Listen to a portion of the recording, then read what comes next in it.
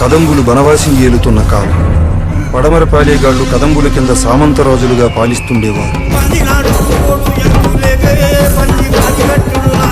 ప్రకృతిని ఆరాధించే మన వాళ్ళు ఆ రాయిలో దైవత్వాన్ని చూసే లోపే తేట తెల్లని నీరు రక్తంతో ఇరిపెక్కింది. ధర్మం నిర్జలమైనప్పుడల్లా ఈశ్వరుడు వర్షం కురిపిస్తాడు. ఎక్కడి నుంచి వచ్చారా?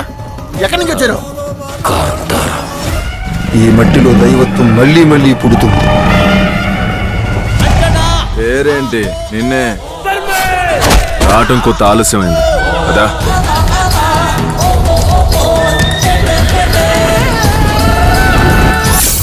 అతని నడవడిక చూస్తుంటే కాంతారాకి నాయకుడిలా అనిపిస్తున్నాడు.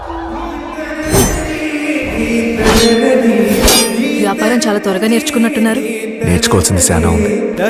నేనున్నాను కదా.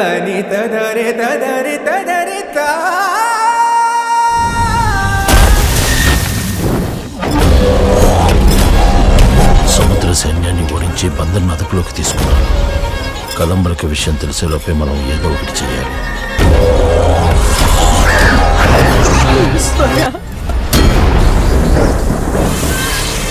వెలుగు! వెలుగులో కళ్ళ ముందు అంతా కనబడుతుంది, కానీ అది వెలుగు కాదు, దర్శనం. గతంలో జరిగింది, ముందు జరగబోయేది అంతా చూపించే వెలుగు కనబడుతుందా?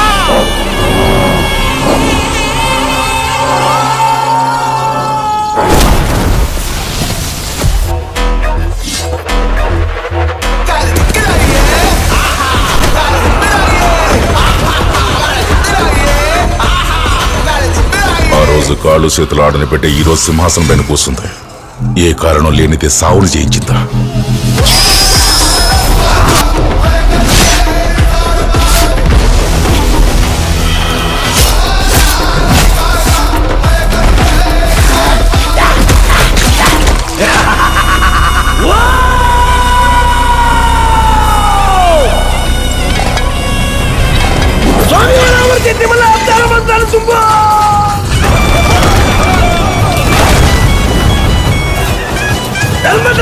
పెట్టుబారండి ఈ పుణ్యమండలిగా పురించిన